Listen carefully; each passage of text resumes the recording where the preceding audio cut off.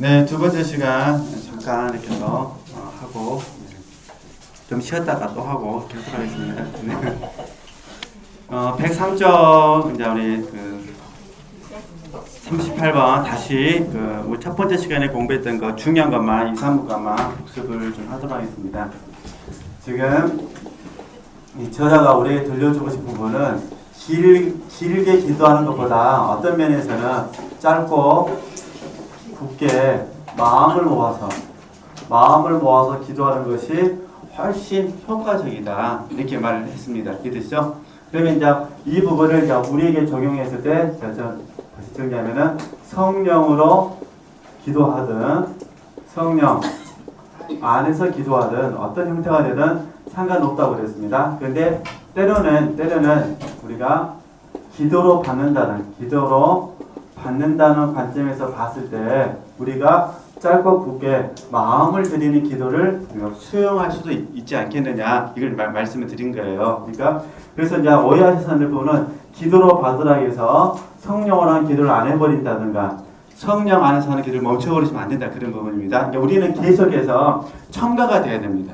그러니까 성령으로 하는 기도는 당연히 하는 것이고 그 다음에 성령 안에서 하는 기도도 당연히 하는 것이고 그 다음에 기도로 받는 건 당연한 것이다. 근데 이 기도로 받는 과정 가운데 우리가 똑같이 짧고 굵게 마음이라든가 드릴 때 하나님께 자비를 베풀어 달라고 기도할 수도 있고 예를 들면 국률을 베풀어 달라고 기도할 수도 있고 하나님의 뜻대로 되기를 원합니다라고 기도할 수도 있다 했습니다. 그런데 문제는 우리가 직관을 통해서 기도로 받는 과정 가운데 정확하게 하나님의 뜻을 알 수 있다면 이 하나님의 뜻을 따라서 우리가 기도해 주셔야 된다. 이런 부분이고 혹시 내가 모른다면 어떻게 되냐? 계속해서 하나님께 기도하면서 하나님의 뜻을 알려달라고 기도하셔야 된다. 그러다가 하나님께서 만약에 필요하셔서 하나님의 뜻을 알려주시면 우리가 어떻게 해야 되는 거죠? 그걸 가지고 기도했으면 좋겠다. 이런 부분입니다. 네. 그리고 이제 이렇게 하는 과정 가운데 혹시 우리가 누군가를 위해서 기도했던 그 사람이 하나님의 뜻을 조명받을 수 있다면 정말 우리가 하는 기도의 이 사역은 복된 사역이다 이렇게 말씀을 드렸습니다. 그래서 할 수만 있다면 하나님께서 저와 여러분을 통하여 직접 말씀하게 하시기보다는 우리가 기도해서 하나님께 기도하면 하나님께서 다른 사람들을 통하여 나 말고 다른 사람들을 통하여 하나님의 뜻을 가르쳐 주시는 것이 훨씬 어떻게 보면은 제 경험적으로 봤을 때는 훨씬 잘 도울 수 있는 방법이다 그런 부분입니다. 물론 하나님이 내게 직접 하라고 하면 내가 말을 해야죠. 근데 아시다시피 내가 직접 그에게 말을 했을 때 상대방이 내 말을 받아주지 못하면 어떻게 될까요? 그러면 또 서글픈 일이 일어나게 되니까 하실 수만 있다면 하나님이 나를 통해서 직접 하기보다는 다른 사람을 통해서 하나님이 그에게 말씀하시거나 그에게 직접 말씀하게 하신 방법이 제일 좋다. 그죠? 그런데 이제 도중에서 말씀드리면 혹시 나를 통해서 하라고 말씀하신다면 우리가 여기서 나단 선지자의 원칙을 꼭 적용해 주셔야 된다 이런 부분입니다. 보충해서 말씀을 드리면 그래서 나단 선지자 같은 경우 잘 아시죠? 첫 번째 계시가 있어야 됩니다. 두 번째 눈물이 있어야 됩니다. 그러니까 계시는 하나님 뜻을 아는 거니까 그래서 우리가 얘기 좀 더 보충했던 부분이 계시가 있고 그다음에 영감이 있고 발언이 있어야 된다. 쉽게 말해서 보냄받아야 된다. 이렇게 배웠잖아요. 그죠? 그 다음에 보냄받은 자의 태도는 뭐냐? 눈물이다. 이렇게 있습니다. 그러니까 우리 지체들에게 정확하게 보냄받았다는 확신, 계시, 영감, 발언이 있거나 또 눈물이 있다면 하나님이 나를 통하여 하라고 해도 괜찮습니다. 그럼 만약에 내게 눈물이 없다면 어떻게 될까요? 눈물이 없다면 좀 더 기다리는 게 낫다 그런 부분입니다. 그러지 않으면 내 말을 듣는 그 사람과 나와의 관계가 더 복잡하게 섞일 가능성이 많이 있습니다. 그죠? 예. 눈물이 없다는 것은 반대로 이야기하면 내가 지금 온유한 심령이 아니다 그 말입니다. 그러잖아요. 솔직히 지체를 봐보세요. 상대방의 결점을 알았을 때 시험 안 된다는 거 대단한 겁니다. 그 진짜. 그잖아요. 상대방의 결점을 몰랐을 때는 그렇다 치지만 상대방의 결점을 알면서도 시험 들지 않고 사랑해 준다는 건 정말 대단한 겁니다. 그러겠죠? 혹시 좌우무르치더라고 전혀 그런 일이 죽을 때까지 없어야 되는데 한참 동양 나이트클럽 가서 클럽에서 이렇게 막 춤추고 있는데 보니까 그분이에요. 그랬을 때 서로 어떨까요? 반가울까요? 시험 들까요? 아마 서로 나오면서 쌍방간에 약속할 거예요. 오늘 절대 우리 안 봤습니다. 뭐 나이트클럽 간 것이 나쁜 건 아니죠. 죄지는 건 아니니까. 그런데 이제 그래서 목회자인 제가 가서 춤추고 놀고 있는 모습 보면은 약간 충격을 받죠. 받으실까요? 안 받으실까요? 교회에서는 찬양할 때 율동도 안 하는 양반이 그렇게 그냥 원래 춤추는 건 나쁜 거 아니잖아요. 그래서 나쁜 건 아닌데 단지 있어야 될 시간이 아닌데 뭐 있는다든가 이런 게 문제가 되는 거잖아요. 그래서 이런 부분들 혹시 우리가 서로에 대해서 안 좋은 부분들을 봤을 때 어떤 태도를 취해야 될 거냐 이런 부분입니다. 이렇게 그래서 정확하게 말씀을 드렸는데 간략하게 좀 요약만 했습니다. 다시 이제 교재로 가서요. 103쪽 밑에서 세 번째 줄 보도록 하겠습니다. 밑에서 세 번째 줄 하나님의 영원성은 하나님의 길이이며 하나님의 사랑은 넓이이며 하나님의 능력은 높이이며 하나님의 지혜는 깊이입니다. 따라서 은혜로 말미암아 자기를 지으신 하나님의 형상과 모양에 크게 일치한 영혼의 외침은 즉시 하나님께서 들어주십니다. 그러겠죠? 네. 왜 하나님께서 이런 사람들의 기도를 잘 들어주실까요? 네. 아주 원리는 간단합니다. 왜 잘 들어주시냐? 요한복음 15장 7절 말씀을 생각하시면 됩니다. 내 말이 너희 안에 거하고 너희가 내 안에 거하면, 그죠? 이 말은 무슨 말이냐면은 이제 갈라디아서 2장 20절 말씀 같이 연결하면 나는 없고 오직 누구만 있다는 겁니까?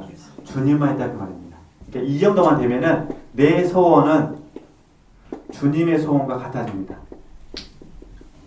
그러잖아요. 그러니 주님의 소원이 내 소원이니까 기도하면 어떻게 될까요? 뜻이 하늘에서 이루어진 것처럼 땅에서도 이루어지게 됩니다. 그래서 이걸 일치의 기도라고 합니다. 일치의 기도를 드릴 수 있는 사람이라면 반드시 하나님의 일하심을 기대하게 되어 있습니다. 그죠? 이 얘기를 하는 거예요. 다른 게 아니고요. 그래서 우리가 이런 자리까지 짧고 굵게라 기도했을 때 하나님께서 즉각적으로 들어주시는 은혜들을 경험했으면 좋겠습니다. 그리고 아주 제약된 영혼, 하나님의 원수라도 은혜로 말미암아 그 영혼의 높이와 깊이와 길이와 넓이를 다한 짤막한 외침을 외친다면 하나님은 그 격한 외침을 들으시고 도와주실 것입니다. 그러니까 하나님 아버지의 마음을 우리가 묵상할 때요, 그냥 물론 균형 감각이 있어야 됩니다. 균형 감각이 있어야 되는데 탕자의 이야기와 그 다음에 바울 사도의 이야기가 동시에 이해가 되시면 됩니다. 그러니까 하나님은 다 하나님의 은혜잖아요. 전부 하나님의 은혜잖아요. 그럼 하나님 은혜이기 때문에 탕자의 소원을 아버지가 아시고 아버지는 탕자에게 한 번도 물어보지 않으십니다. 탕자의 소원 잘 아시잖아요. 아버지의 집에 들어가서 이제 품꾼 하나로 내가 삶을 살고 이 배고픔을 해결하겠다 이거잖아요. 근데 아버지는 탕자를 보자마자 어떻게 합니까? 일절 물어보지도 않으시고 안아주시고 입 맞춰주시잖아요. 이게 이제 탕자 이야기가 나온 하나님 아버지의 마음이죠. 근데 또 바울 사도의 이야기를 묵상해 보면 점진적으로 하나님 어떻게 하냐면 바울 사도를 통해서 우리에게 들려주신 부분은 깊은 영성인이 되기를 원하신다는 거죠. 그러니까 저희들이 이제 나라의 입장에서 봤을 때 내가 탕자의 입장에서 기도하든 바울 사도의 입장에서 기도하든 진심이 있으면 하나님 반드시 기도를 응답해 주신다는 겁니다. 문제는 뭐냐? 이야기는 우리가 탕자처럼 기도응답 받기보다는 누구처럼 기도응답 받았으면 좋겠습니까? 바울 사도처럼 기도응답 받으면 좋잖아요. 이해되시겠죠? 근데 사람들은 탕자냐 바울 사도가 중요한 것이냐 기도응답 받았다는 걸 중요하게 생각합니다. 사람들은 막 기도응답만 받으면 되지 이러잖아요. 근데 우리는 그게 아니라 우리는 기도응답 자체가 중요한 것이 아니라 탕자처럼 받았냐 아니면 바울 사도처럼 받았냐. 그래서 우리가 함께 관심을 갖는 게 요한복음 15장 7절이잖아요. 앞으로 하나님 우리에게 기도응답을 해주신다면 요한복음 15장 7절의 입장에서 받았으면 좋겠다. 그죠? 뭐 예를 들어서 너는 내게 부르짖으라 이러잖아요. 이런 말씀도 감사하죠. 부르짖어서 응답받으면 감사하잖아요. 이것보다는 내 입을 넓게 열라. 내가 너에게 채워주랴. 똑같은 응답이 또 다르잖아요. 한쪽은 내가 입을 부르짖어야 되고 한쪽은 입을 넓게 열라라고 말씀하셨으니까 열면 하나님이 채워주시는 거고. 그죠? 이게 에레미야 같은 경우는 불쌍해요. 왜냐면은 잘 아시는 것처럼 징계받고 있는 이스라엘 백성들에게 하나님께서 입을 넓게 열어라. 내가 국리를 여겨 주시겠다는 것이고 시편에서 말하는 입을 넓게 열려면 하나님 복 주시려고 지금 작정하셨으니까 입을 넓게 열면 내가 복을 갖다 부어주겠다 이러니까 다르잖아요. 근데 이제 우리는 점점 지각이 형성됐다는 것은 응답 자체도 중요하지만 응답 주시는 하나님께서 어떤 마음으로 주셨는지를 아는 거예요. 그렇죠? 상으로 주시는지 덤으로 주신 건지 아니면은 하도 그냥 울면서 뗐으니까 얘가 사탕 먹고 뚝 떨어져라 이렇게 해서 주셨는지 이렇게 해서 우리가 이제 알아가는 거잖아요. 저도 이제 저는 하나도 몰랐습니다. 요즘 이제 지체들 가지고 이런 책들을 가지고 공부하면서 하나님께서 알게 해주신 거니까 이렇게 이해하시면 되실 것 같습니다. 네. 그 다음에 한 가지 예를 들어보겠습니다. 또 불리하게 또 합니다. 만일 당신의 철천지 원수가 두려움에 질려서 불의하라고 외치는 소리를 듣는다면 당신은 그 소리에 담겨있는 고통의 자극을 받아 그에 대한 원하는 생각하지 않고 다만 그를 불쌍히 여기는 마음에서 한겨울밤이라도 침대에서 뛰쳐나가 불 끄는 것을 도와줄 것입니다. 이해되시겠죠?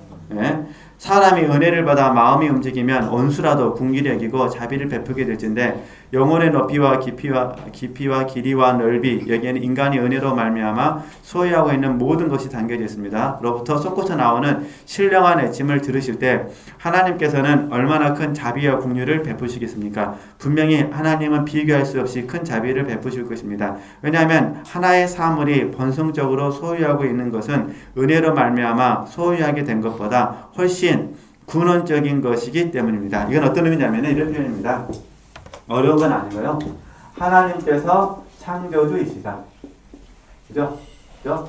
그러니까 하나님께서 창조주시다.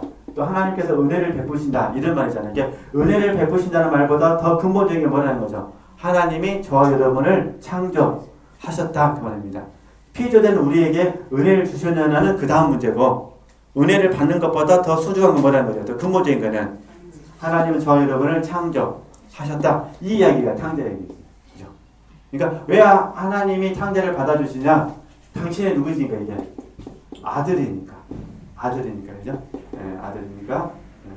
그런데 이제 우리 이제 바울서도 이야기를 통해서 공부하는 거는 이제 신부의 입장에서 이제 공부를 하는 거죠. 만약에 이제 굳이 이렇게 된다면 신부의 입장에서. 그죠? 또 참 아들이라는 게 장성한 아들이라는 입장에서 이거는 철없는 아들이 돌아온 거고. 그죠? 이렇게 구분하시면 된다 이런 부분입니다. 그래서 참 예를 기가 막히게 든 것 같아요. 불이라는 그 단어를 통해서 이해되시겠죠? 불, 네, 불. 네. 우리가 누군가를 도와줄 때 원수지만 도와줄 거냐, 아니면 사랑하는 사람이기 때문에 도와줄 거냐는 확실히 다르다 그 말입니다. 네. 예. 그러나 어차피 도와준다는 입장에서는 같은 거지만 마음의 자세는 다르다는 거 이해하시면은 우리가 어떤 기도를 해야 될 것인지, 그죠? 이렇게 점검해 보시면 좋겠습니다. 그래서 혹시 우리 지체들께서 이렇게 성령으로 기도하는 부분에 익숙해지셨다가 혹시 하나님께서 성령 안에서 하는 기도나 아니면 짧고 굵게 마음을 모아서 하는 기도를 혹시 가르쳐 주시기 위해서 성령으로 하는 기도를 멈추게 하실 수도 있습니다. 그러잖아요. 그럴 때 너무 두려워하지 마시고 성령으로 하는 기도 생활을 너무 패턴을 고집하지 않으셨으면 좋겠습니다.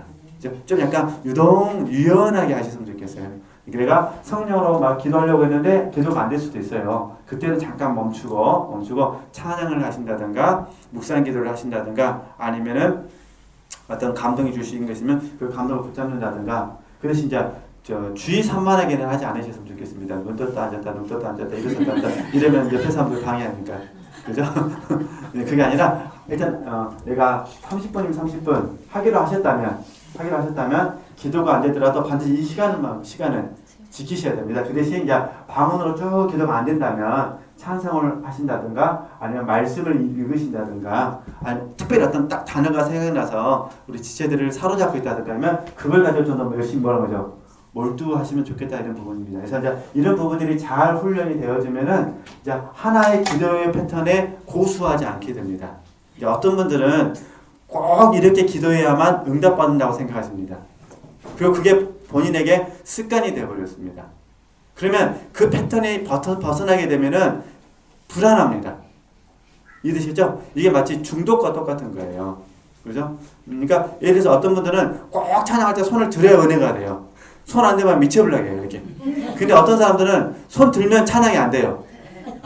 손 안 들면서 찬양을 이렇게 이해되시죠? 손 안 들면서 마음을 드리는 찬양이 있는데 막 찬양 인도하시는 분들이 손을 드십시오 하면요 막 미칩니다. 그냥 쑥스럽고 어떻게 될지 모르게 찬양은 다 언제간데 없고 내 자아와 싸우느라고 아이 내가 봐라 내가 모임 끝나고 나면 한마디 한다 내가 왜 손을 들으라고 그냥 힘들 죽겠고 막 이렇게 이게 그 사람의 그 몸이라는 게 있습니다. 이게 이해되시죠? 저 같은 경우는 설교를 들을 때 메모를 해야 굉장히 몰입이 잘 됩니다.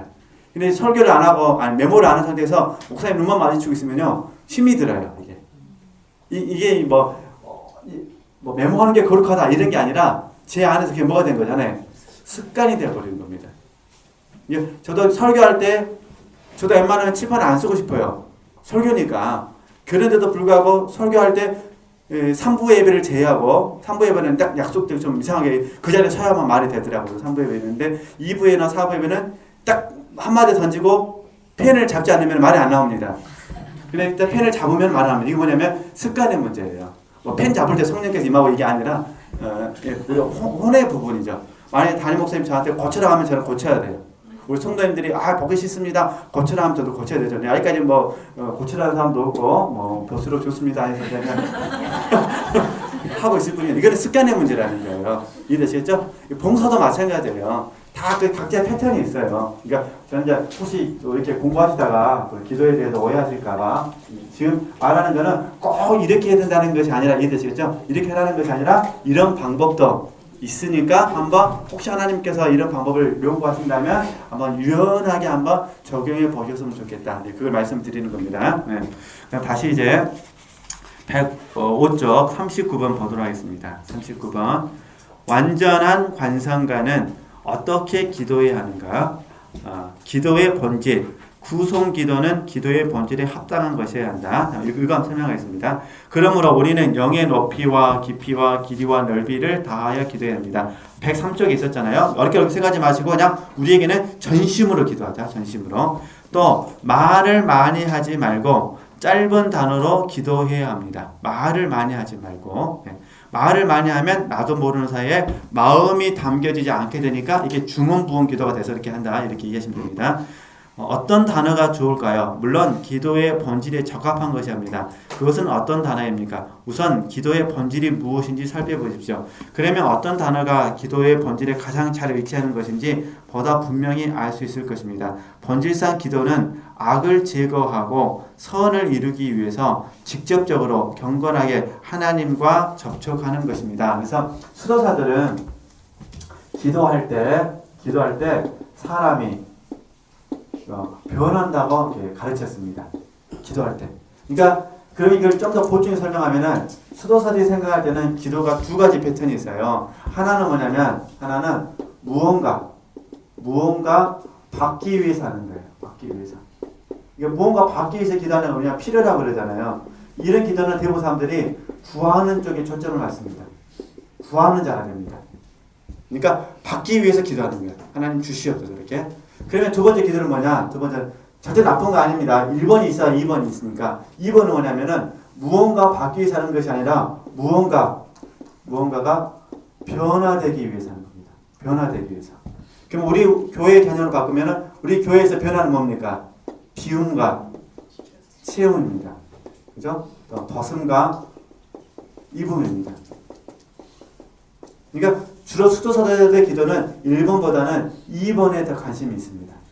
2번. 1번도 반드시 해야 됩니다. 건강도 필요하고 물질도 필요하고 옷도 필요하고 자녀의 직장도 필요하니까 1번이 있어야 됩니다. 근데 1번보다는 좀 더 뭐가 더 중요하다는 거죠? 2번. 그러니까 말이 많은 기도는 1번으로 갈 가능성이 많잖아요. 그러니까 짧고 굵게 하는 기도는 몇 번 갈 건지? 2번. 그러니까 무언가 변화돼야 돼. 그러니까 무언가 변화된다는 것은 뭐냐면은 다시 비유가 처음에 했는데 무엇을 비워야 할지, 무엇을 채워야 할지를 안다는 건 어떤 의미냐면 듣는 기도입니다. 듣는 기도. 일단 들어야 내가 버리잖아요. 그러면 이제 하나님께서 말씀하시는 사람이 되는 거예요. 그러니까 기도는 뭐냐? 하나님의 말씀을 듣는 것이 기도가 되는 거예요. 그래서 이게 순종이에요. 그래서 듣는 거하고 순종이 오온이 같아요. 이해되시죠? 이게 수도사들 기도는 그럼 순종은 뭐냐? 듣는 것이다. 들을 때 변해요. 어디서 변해냐? 기도 시간에. 기도 시간에. 그러면 기도 끝나고 나면 뭐냐? 실천하는 거예요. 실천. 기도 끝나고 나면은 실천입니다. 실천. 실천. 그러니까 할까 말까가 아니라 이미 기도 시간에 뭐가 돼? 기도 시간에 그냥 순종이 되는 거예요. 순종하니까 기도 끝나고 집으로 돌아가서 바로 뭐 하는 거죠? 실천하는 거죠. 이제 이게 그래서 참 그렇기 때문에 이제 수도사들이 이렇게 짧고 굵은 기도를 선호하게 됩니다. 이걸 나중에 가면 침묵 기도라고 그러거든요. 침묵 기도. 괜히 그분들이 침묵하는 게 아닙니다. 이게 항상 다시 중요한 거는 기도는 몇 번부터 시작하셔야 돼요? 1번. 1번에서 시작해서 몇 번으로 가는 거죠? 2번으로 가는 거예요. 이제 우리에게 적용하면 성령으로 하는 기도에서 시작해서 성령 안으로 하는 기도로 들어가고 그 다음에 어떻게 하죠? 기도로 받는 자리로 들어가는 거죠. 점진적으로 발전해 가면서 세 가지가 균형을 잡듯이 이분들도 무언가를 구하다가 그 다음에 어떻게 되는 거죠? 이게 변화되는 개념을 설명한다는 거. 그래서 이 이야기를 제가 제 나름대로 생각을 해봤습니다. 보겠습니다. 그러니까 본질상 기도는 악을 제거하고 이해되시죠? 선을 이루기 위해서 직접적으로 경건하게 하나님과 접촉하는 것입니다. 모든 악은 죄 속에서 죄의 결과나 죄 자체로 이해되므로 악의 제거를 위해서 집중해서 기도하기를 원할 때에는 다른 단어는 사용하지 말고 오직 뭐 하는 거죠? 죄라는 단어만 사용해야 하며 다른 것은 생각하거나 말하거나 의미하지 말아야 합니다. 이게 무슨 말이냐면은 혹시 우리 지체들께서 죄에 관한 부분에 대해서 싸울 때 죄에서 파생된 것들 자질구레하게 파생된 것들 가지고 붙들지 말라는 거예요. 직접 뭐하고 싸우라는 거죠? 죄와 싸우라고 말입니다. 죄. 그래서 이게 제가 처음 시간에 말씀드렸듯이 죄성입니다. 죄성과 대면해야 됩니다. 그렇죠? 그래서 죄성을 이기면 나머지 부분들은 쳐서 복종시키면 됩니다. 근데 우리는 짜질구란 것들과 싸워서 하다가 결정적으로 죄성을 못 이겨버립니다. 힘을 다 소진해버립니다. 그럼 이제 예를 들면 이런 부분입니다. 예. 제가 그냥 수도사가 아니지만 감동을 따라서 제 인생에 가신 부분을 따라서 한번 예를 들어보도록 하겠습니다. 자, 남편하고 하면 남편하고 남편이 예를 들어서 말투가 마음에 안 들어요. 말투가. 또 뭐가 마음에 안 드세요? 말투. 말 설명해 주세요. 제가 남편이다 보니까 내 입으로 말하기 좀 그러네. 네? 말투가 좀 마음에 안 들고 그 다음 무관심한 거 남녀자에 대해서 관심이 많은데 나에 대한 관심이 있어요. 이런 무관심. 개인 모임 같은 데 관심이 많은데 예를 들면 또 시댁 모임은 관심이 많은데 또 친정 모임 무관심이잖아요. 막 이런 데 있을 수도 있잖아요. 그러면 이날 남편에서 기도를 합니다. 기도를 해요. 기도하면 진짜 이 문제를 적용하면 이제 뭐하고 싸우는 겁니까? 하나님, 우리 남편의 말투가 좀 그렇습니다. 거시기 합니다. 이렇게 말투가 이렇게 했죠. 우리 남편이 되게 무관심합니다. 이런 거 갖고 싸울 수가 있다는 거예요. 이렇게 해서 싸우다 보면 어떻게 되냐? 이 말투의 부분에서 10년 전에 상처받았던 거, 9년 전에 상처받았던 거, 8년 전에 이렇게 계속 기도 시간에 나와버려요. 이게. 생각이 딱 나요. 생각이. 안 나야 되는데. 경험이 없으신 분들 정말 헬로했습니다. 초탈해서 사시니까. 아니면 무관심도 마찬가지예요. 생각하면 생각할수록 괘씸해요.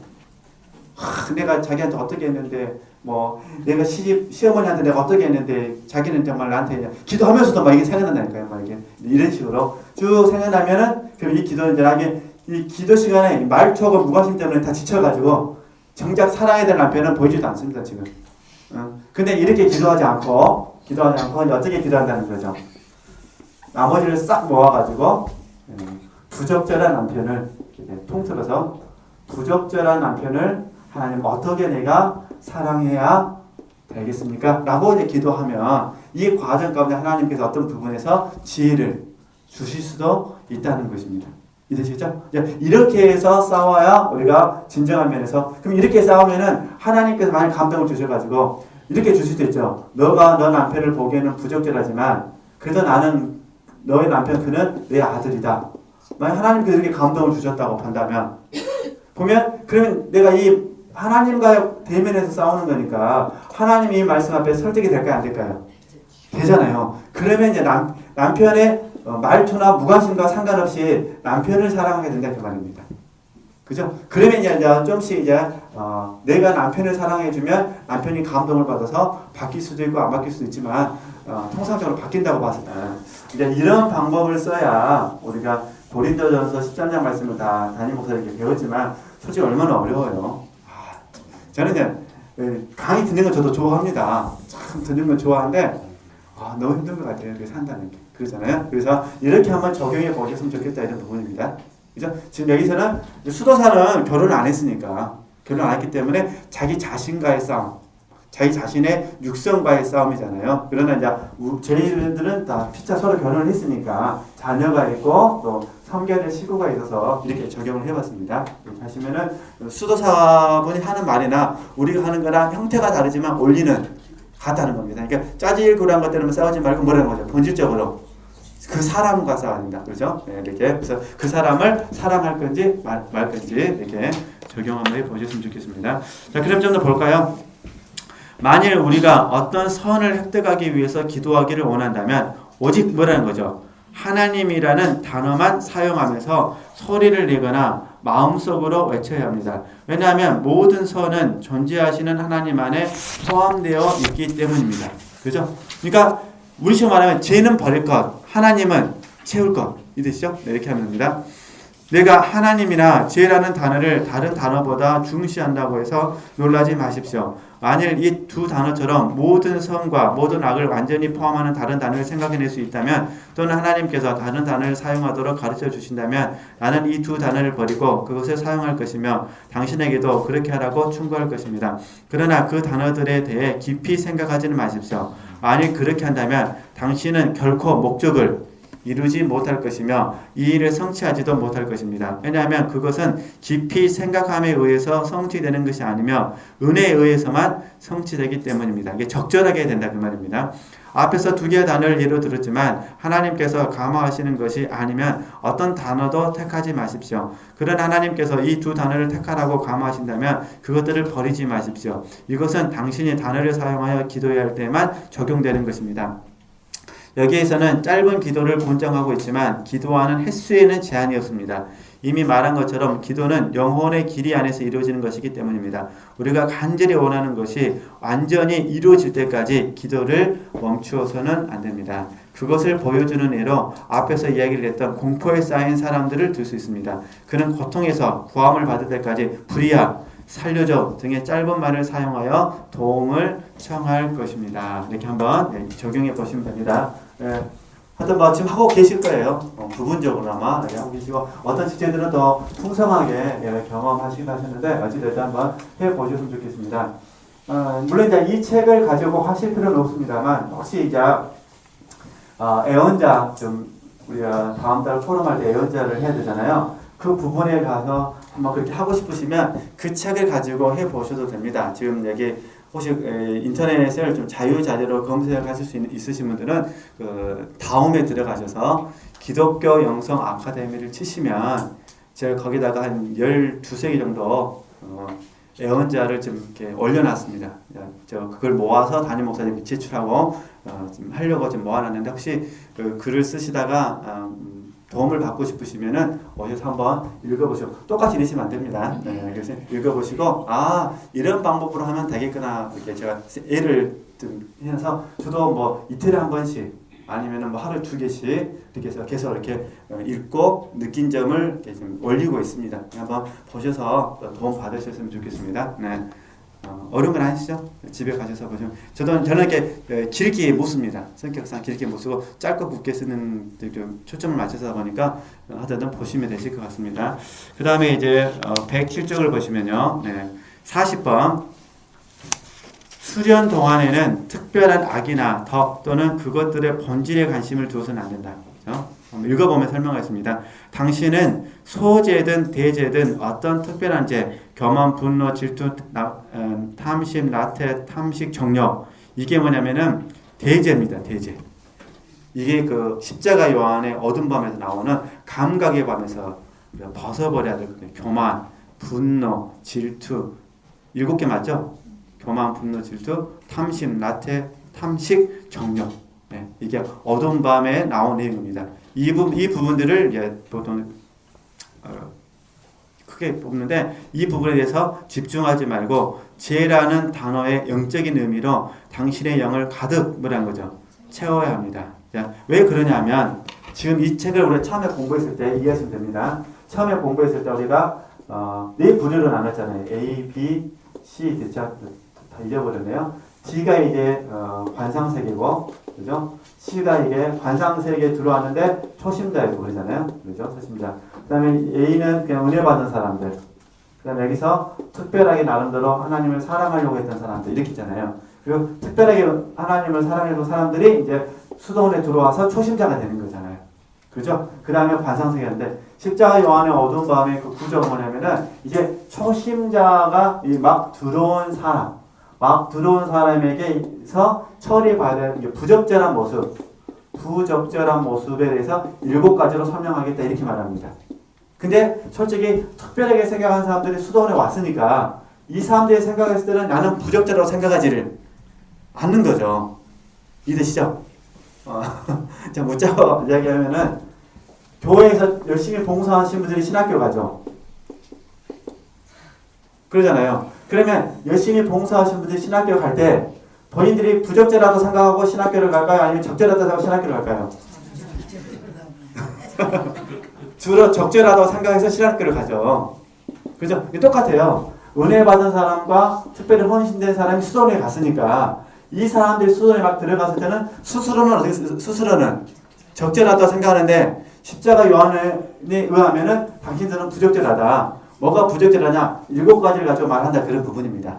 이해되시죠? 그러니까 이렇게 지금 이 이야기를 이해하시면 어차피 이 부분도 수도원에 관련된 책이니까 이렇게 하시면 좀 이해되실 것 같아요. 그래서 이런 부분에 관심을 갖지 말고 영으로 채우는 데 좀 관심을 가져라 이런 부분입니다. 죄의 종류나 얼마나 큰 죄인가 등은 관상과는 상관이 없습니다. 이 수련을 하는 동안에는 지극히 작은 죄라도 그를 하나님에게서 분리시키며 그의 내적 평화의 장애물이 되므로 그의 입장에서는 어떤 죄든지 큰 죄라고 볼 수 있습니다. 그러면 이게 어떤 부분이냐면은 우리에게 적용하면은 제 훈련에도 다 아시잖아요.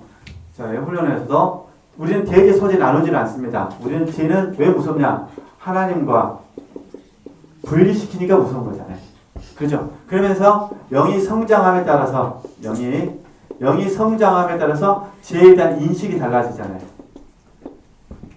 이 똑같은 원리예요. 우리는 대죄냐 소죄냐가 중요한 것이 아니라 지금 내가 죄라는 부분을 어떻게 인식을 해서 그것을 거절하느냐가 중요하죠. 왜냐하면 죄는 본질적으로 하나님과 어떻게 시키니까요?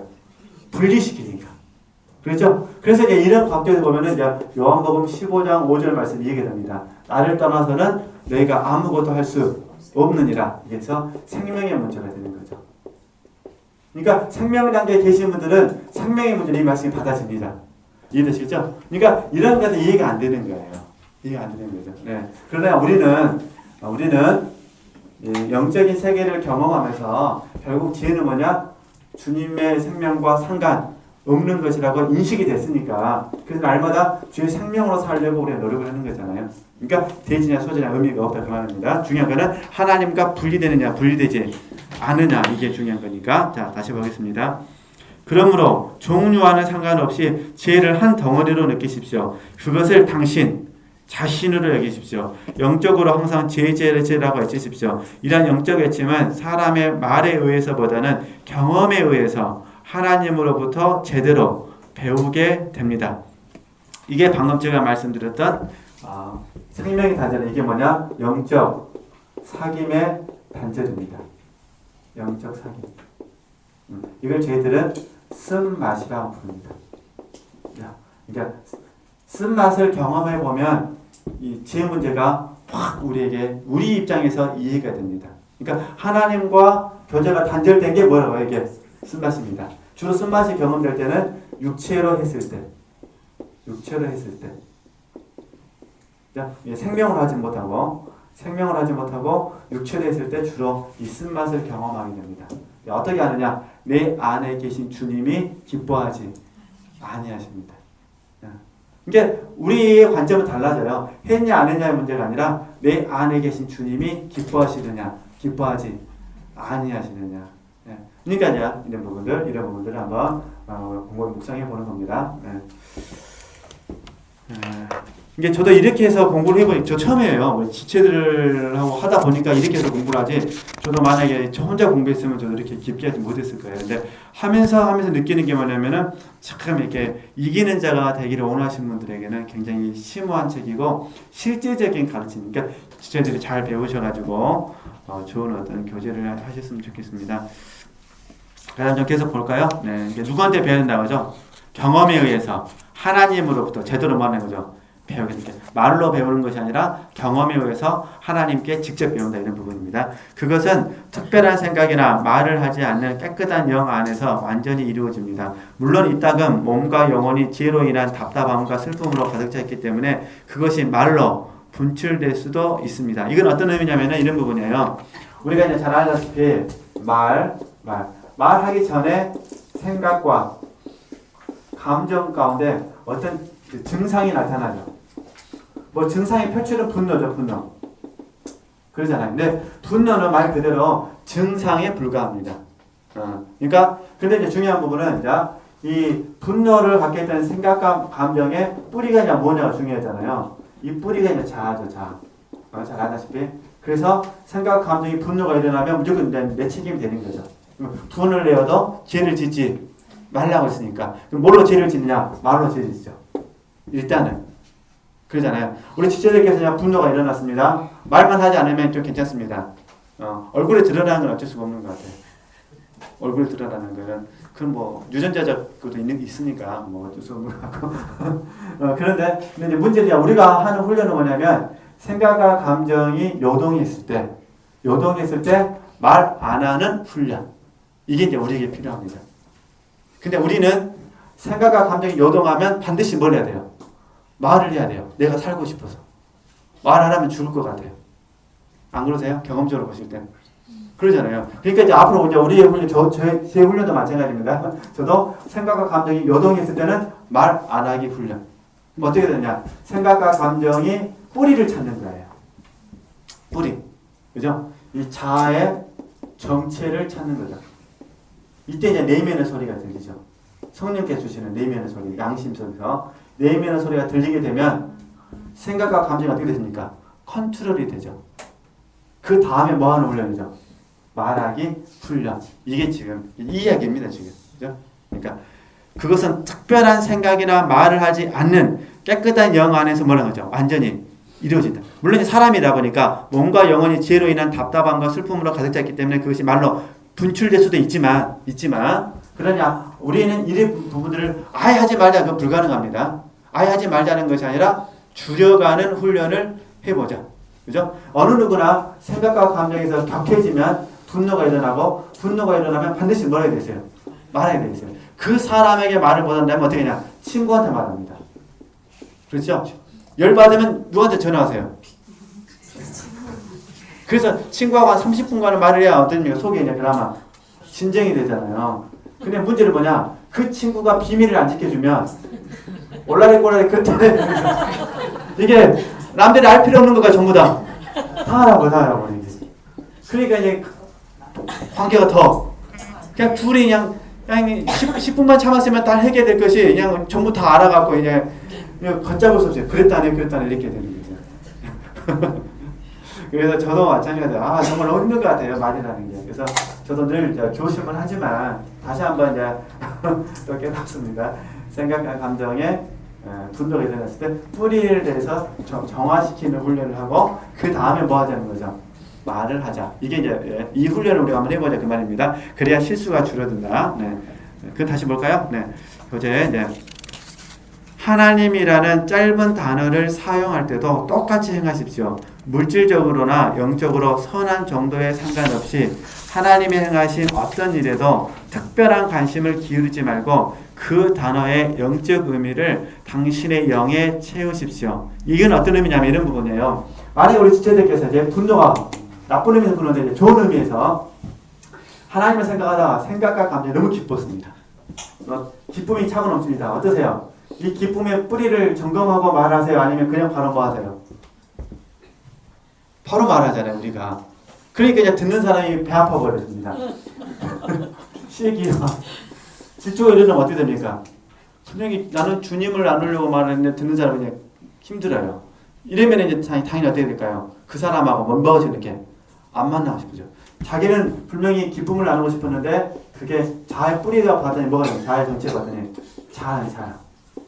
과시하고 싶은 거예요. 이 자아에서 말이 나왔다는 거죠. 이해되시죠? 이런 경우도 좀 조심해야 될 부분이다. 이런 부분이. 그러니까 어쨌든 혹시 지체들이 분노가 일어나시든 아니면 너무 기쁜 일이 있으시든 다시 한번 자아의 정체를 점검하시고 그 다음 뭐 하셨으면 좋겠다는 거죠? 말을 하셨으면 좋겠다. 네, 이런 훈련을 우리가 해보자 그런 부분입니다. 자, 계속 읽겠습니다.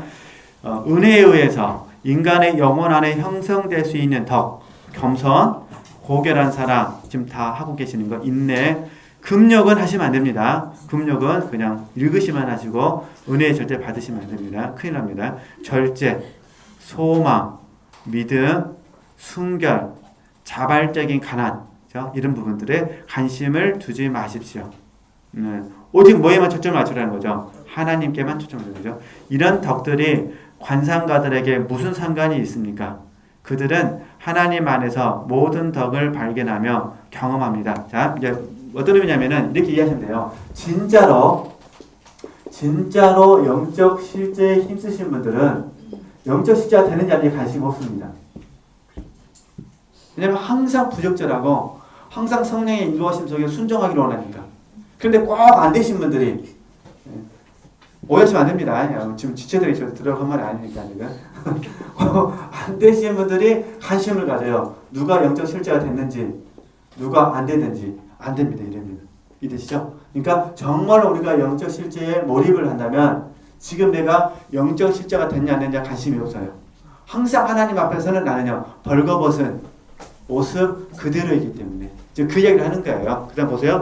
그럼 어떻게 되느냐? 이런 덕들이 관상가들에게 무슨 상관이 있습니까? 아무런 상관이 없다는 거예요. 그들은 하나님 안에서 모든 덕을 발견하며 경험합니다. 모든 것의 존재의 원인은 하나님 안에 있습니다. 관상가들은 하나님을 소유하면 모든 선을 뭐라는 거죠? 소유하게 될 것이라 생각합니다. 이거 어디 이분들의 관심 뭐냐?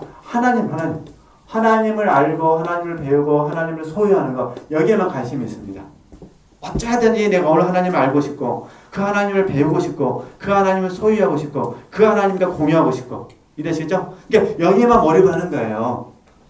다른 사람들의 실제가 됐냐 안 됐냐는 누가 관심을 가져야 되느냐? 하나님께 위임받은 사람들. 그죠? 가끔씩 어떤 분들은 이제 농담삼아 뭐 저한테 그런 얘기를 해요. 목사님 맨날 목사님은 책만 읽으라고 하는데 책 읽는다고 해서 영성에서 됩니까? 그럽니다. 맞아요. 책 읽는다고 영성에서 되는 거 아닙니다. 그러나 저는 말은 다 속으로만 그럽니다. 안 읽는 것보다 낫지 않습니까? 안 읽어도 안 되고 읽어도 안 된다 하지만 그래도 안 읽은 것보다 뭐가 낫습니다. 읽으면 한 번이라도 동기부여가 되지 않겠습니까? 그러잖아요. 저는 개인적으로 책 읽으면 느끼는 게 뭐냐면은 동기부여가 날마다 돼서 좋은 것 같아요. 그러니까 안 읽은 날은 동기부여가 적어요. 읽는 날은 동기부여가 잘 돼요. 목사님 강의를 듣는 날하고 안 듣는 날 차이가 있어요. 안 듣는 날은 그냥 사는 것이고 듣는 날은 한 번 정도 동기부여를 하면서 사는 거죠. 우리 지체들도 그러지 않나요?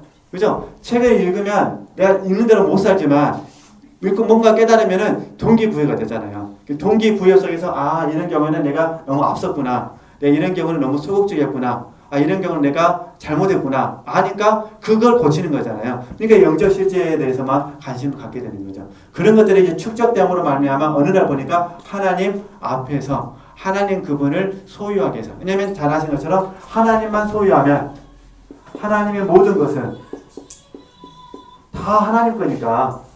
그러잖아요. 그러니까 하나님만 소유하면 하나님의 모든 것을 우리가 소유하게 되는 겁니다. 근데 사람들은 하나님보다 뭐만 소유하고 싶어요? 하나님의 모든 걸 소유하고 싶어요. 그럼 이제 예를 들어서 이제 우리가 이것만 좀 시도를 하겠습니다. 괜찮으시죠? 공부하고 싶고 이렇게. 이렇게 자녀들을 얘기한대요. 자녀가 부모님을 보니까 부모님 돈이 많으시네. 그럼 자녀가 돈에 대한 욕심이 생겼습니다. 그럼 어떻게 할까요? 부모님에게 잘해주려고 하죠. 그러잖아요. 그러면 이런 경우는 자녀가 돈 때문에 부모님을 잘해준 거예요. 근데 만약에 자녀가 돈에 관심이 없고 부모님께만 잘해주면 부모님이 그 사랑에 감동해서 어떻게 할까요? 알아서 돈을 주죠. 뭐 적절한 표현은 아닙니다. 똑같다는 그 말입니다. 그러니까 우리가 하나님은 모든 것을 바라보지 말고 뭐만 하자는 거죠? 하나님만 바라보고 신앙생활하면 하나님이 알아서 해주실 것인데, 그죠? 설사 하나님의 모든 가운데 우리가 덕을 가진다 하더라도 하나님만 추구하는 사람에게는 덕은 의미가 없다 그 말입니다. 그럼 어떤 사람이 덕의 의미를 보느냐? 멘티가 그 멘토의 덕으로 힘을 얻고 멘토는 계속해서 하나님만 추구하게 되는 거죠. 이해되시겠죠? 그래서 멘티가 덕에 대해서 감사한 건 상관은 없습니다. 왜냐면 멘티는 아직 하나님을 소유하지 못하니까. 그래서 멘토가 있지 않겠습니까? 그러니까 멘토는 항상 덕이 아니라 하나님을 소유하는 것이고, 멘티는 어쩔 수 없이 뭘 하겠습니까?